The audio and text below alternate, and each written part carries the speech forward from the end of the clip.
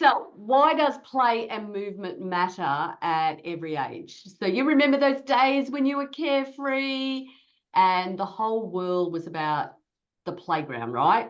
So you'd be on the jungle gym or the monkey bars or the slides or the swings. And it wasn't just about having fun, right? It was about developing as a person. There was lots of other things going on. But somewhere along the lines, I just feel like we forget about how important that play and that movement in our life actually is. And I thought about that saying that says, you don't stop playing because you grow old. You grow old because you stop playing. And I just think that is so profound, don't you? Yes. Yeah. So I was thinking about, like, why do kids play? What are the benefits to play? And I was thinking about how a lot of children who are struggling go to art and play therapy as an example. So it's about their learning, their development, their emotional expressiveness, because they may not have the words to express themselves. It's about that socialization. It's about their imagination, their creativity. It's also about physical exercise as well too, the stress relief, self-discovery, and just basically some fun and enjoyment in life. Mm-hmm. What was the fun thing that you used to like to do when you were a kid? We played basketball. And Was that there was anything just, else? we were at basketball. No, because we were at basketball nearly every day of the week. Even when you were little? Yeah. Like what age did you start? 5.5. Oh, okay. So you were a little late. Yeah. Yeah. No, it didn't. Yeah, like I played sport and everything like that as I got a little bit older, probably, I don't know, 10 or something like that. But even when I started playing sport, that swing and climbing trees and riding my bike, they were still like the ants' pants as far as I was concerned. So, yeah.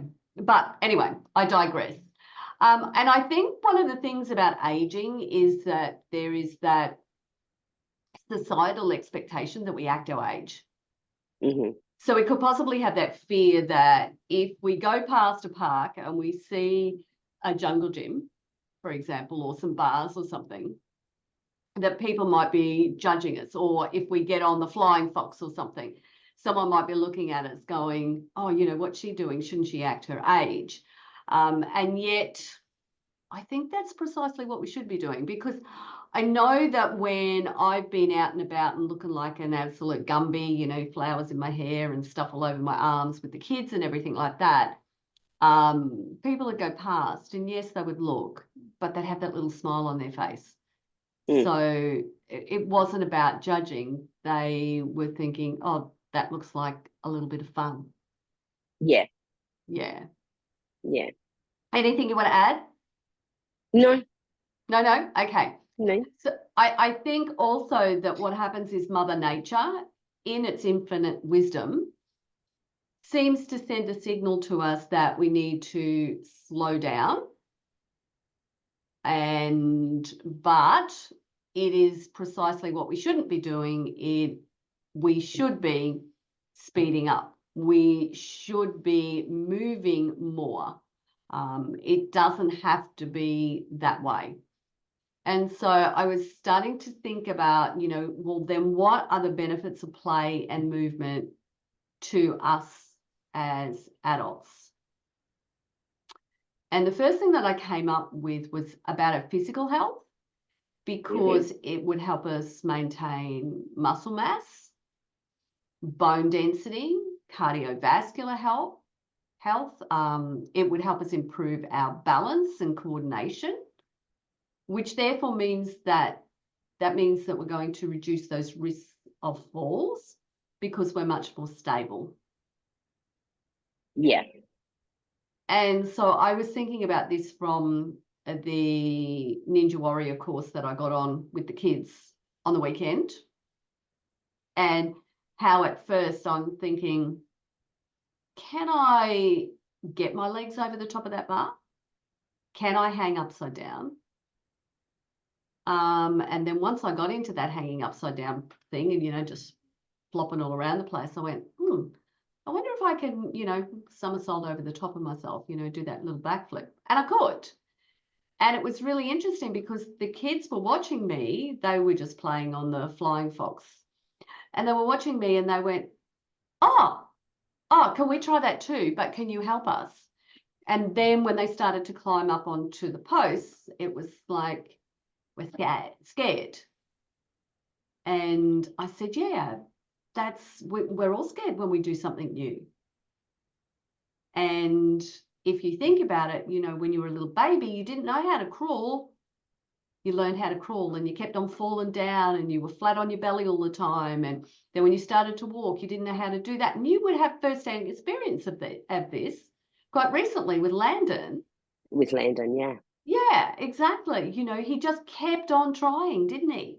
Yeah, yeah. So at what point do you think that we stop trying, that we start to allow those fears of trying to stop us from having a little bit of fun? I think it's our teenage years and probably mid to late teens, you know, and this is experience as well, watching my daughter Olivia. Yeah, right. She had been doing cheer Yes. since she was 8. Yes. And, you know, backflips, flips in the air, Yeah. cartwheels in the air, all sorts of things. Mm-hmm. Then she fell pregnant with Landon, and she got back on her air track. So an air track is what is Yes. a big, long, blow-up mattress type thing. She got back on an air track and I was watching her. And she wanted to go back to what she was doing. And that was 1, 2, 3, and she'd go and then stop. Yes. And it was the fear. Yep. That fear crept in. She would have been maybe 17 and a half. Yeah. Has she tried it again? Nope. Yeah. Should give us some encouragement. Although she is going to play football next year, so that's interesting. That's very different to being cheerleading. On the field to cheerleading. Yeah, that's right. Look, the other benefit that I thought about, Sal, was the mental aspect of it as well too, because it's going to increase the blood flow to our brain, which is going to help increase that cognitive function, which potentially can reduce the risk of, you know, dementia and Alzheimer's as well too. So I think that, and I know that even when I did that particular thing on the weekend, I was like, oh yes, I did that, you know, and I wanted to tell everybody all about it as well too. So I was super proud of myself. Yeah. And I think that's also about that emotional state as well. Because if we were suffering from some level of anxiety or stress, as an example, just getting out and having a little play is certainly going to boost our mood, you know, put those happy endorphins on and make us feel so much better. Oh, absolutely. You know, it's interesting that you say you're talking about health and that before. I was talking to my niece.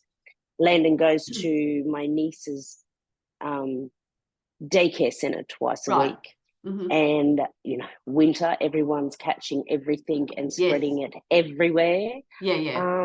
And because our days are getting a little bit warmer, the kids are outdoors playing. Yes. You know, it's all undercover and everything. But yeah, they're outdoors playing. And when I was talking to my niece, and she said, you know, with the sicknesses going around, it's good to have them outside.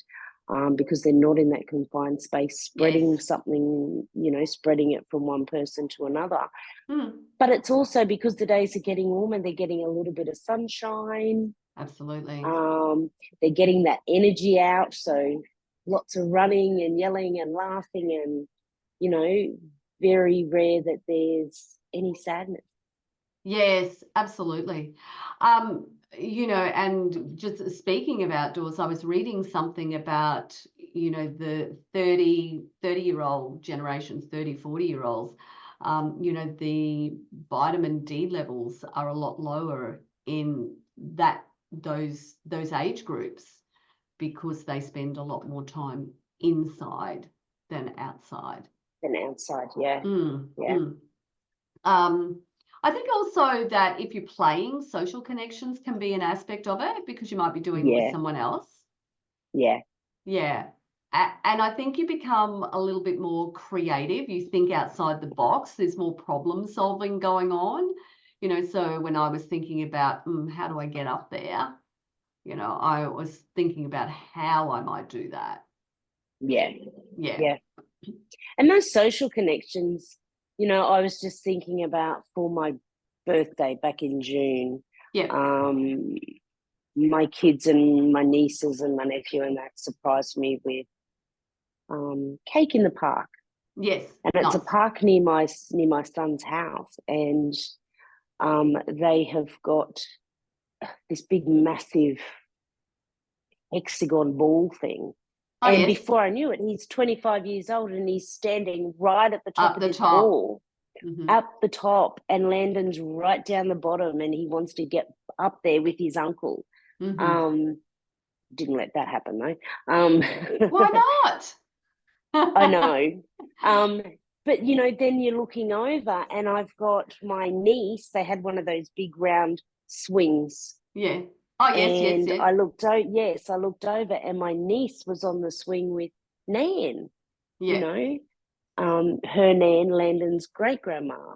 Yes. You oh, know, so I think I did see that on your social media feed as well too with Jackie. Yeah. And I thought that was rather lovely. Yeah.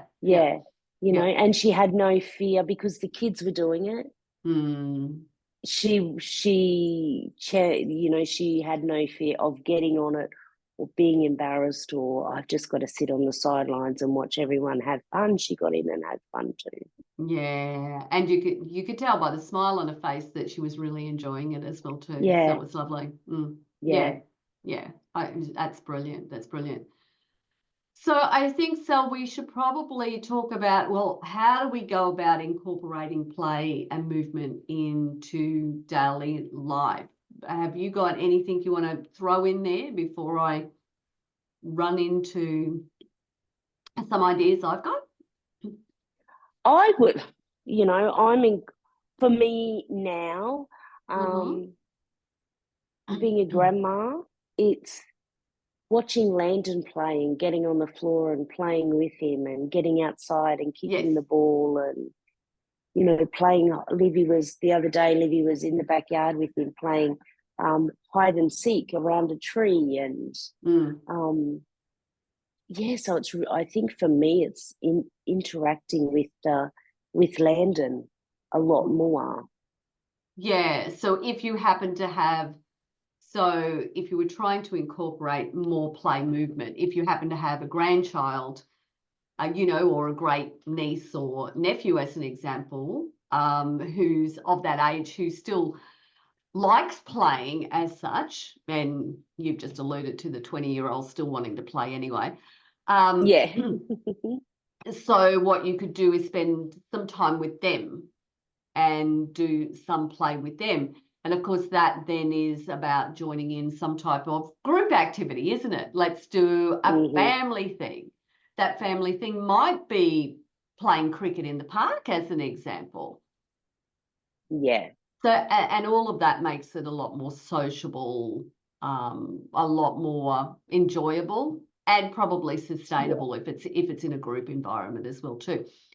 The first thing that my mind went to was rediscovering those childhood favorites, you know, the swing, the slide, you know, the flying foxes, the climbing the trees, whatever those things happen to be. You know, think about, well, how can I make those types of things happen in my daily life? I happen to live on a farm. So, of course, I've got plenty of fences to climb through and climb over. So climbing's sort of like a daily event. You know, the grandkids will often say to me, why don't you open the gate? Yeah, no, that's too easy. Let's go over the fence. So, because I want to be a child. Yep. Yeah. I think the other way to get more play and movement into your daily life is just thinking about new activities that you might take up. That could be like dancing, maybe, or swimming, or Yeah. even some martial arts or something. You know. Yeah. Mm. Have a friend who's started about 2 months ago. Her daughter started doing pole fitness Oh yes, and the hoops and all that sort of thing. yes, yeah. The silk hoops. And she decided to do the adults beginners fitness class, and she Right. loves it. And her whole face lights up when she talks about it. Yeah, yeah. I was thinking about, you know, I know a lot of our ladies like to get on their phones and, you know, do whatever that's games called Candy Crush or something like that, you know. Yeah, So you go up levels yeah, type of thing. It may not be that these days, I don't know. But, you know, showing my lack of interest in video games. But you could gamify your play or your movement. yes, Yeah. yeah, So you know, like for example, if you're someone who works in the office and you're doing phone calls, you could go, well, how many steps can I get out in this phone call? This phone call usually takes me 10 minutes. So how many steps can I do at this point? Let me try and beat that yeah, next time. You know, and that yeah, makes it a little bit interesting for yourself as well too, particularly if you're someone who does like to go, you know, hit that next level. yeah, yeah, Mm, mm. yeah. Make it a Um, dance party. Put the music on and dance. Yeah, absolutely. And also, and we've already talked about playing with kids, but what about pets? Yeah, You know, yeah, chasing your cat around or your dog around. That's one option. yeah. Um, Your and I, dog. yeah, and I think just being more mindful of movement. If you're sitting for too Yeah, long, you know, think about how you can get up and take advantage of that type of thing as well too. So yeah. I'm stretching my leg out here because the door's about to slam on this side. So I've got it up here. You just heard it in the background. I don't know whether you did or not, but anyway. The joys of being in a room where that has both doors open. Yeah. Yes. So I think, is there anything else that you want to add to that? No, no. No. I really think that just remember that it's never too late to introduce, you know, some type of play or movement into your life. The most important thing is to start small, be consistent, Yeah, and have fun with it. yeah, And I think that that's what's really, really important, that we continue to play rather mm, than continue to sit and allow ourselves to end up sitting and looking at four walls. Let's just get yeah, out there and move a little bit more. yeah, And next time you see somebody doing something, don't be scared to try it. Just get out there and give it a go. You yeah. just never know. You just never know. Ask to join in. Yeah, absolutely. Absolutely. Thanks for joining me, Sel. Thanks for having me, as always. You're very welcome. All right, ladies, we'll see you soon. Bye Bye. now. Bye. Bye.